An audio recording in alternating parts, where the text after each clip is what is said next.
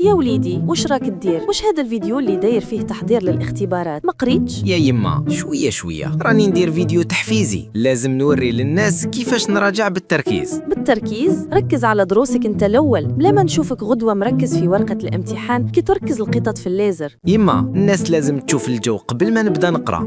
شوفيني. السلام عليكم جماعه، اليوم راح نوري لكم كيفاش نتحضر للامتحانات بطريقه احترافيه.